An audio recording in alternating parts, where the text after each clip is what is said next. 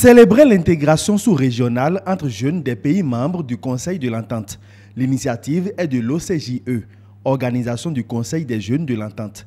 La rencontre de Cotonou, la première, prône le vivre ensemble pour la recherche de solutions communes aux problèmes de la jeunesse. Le thème principal, c'est les mécanismes du vivre ensemble au sein de l'espace Entente, et ce qui débouche sur l'intégration et l'immigration, et le leadership féminin, en plus l'entrepreneuriat. Vous voyez, ce n'était pas choisi au hasard.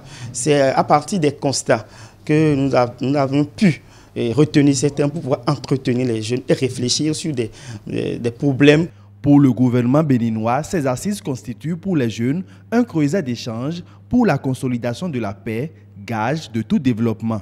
Au regard de la dynamique au sein de cette organisation depuis 1959 à ce jour et des défis auxquels font face de nos jours le monde et notre sous-région en termes de sécurité, de cohésion, d'extrémisme violent, nous pensons que la thématique Vivre ensemble est bien trouvée pour permettre à la jeunesse de renforcer sa solidarité, ses engagements pour le développement de cet espace. Le Conseil de l'Entente soutient l'initiative qui s'inscrit dans la démarche des pères fondateurs de l'institution. Les pères fondateurs ont voulu que les gens se concertent. À l'époque, quand il y avait une question au niveau international, très rapidement, les chefs d'État des pays membres du Conseil de l'Entente se concertaient pour parler d'une même voix.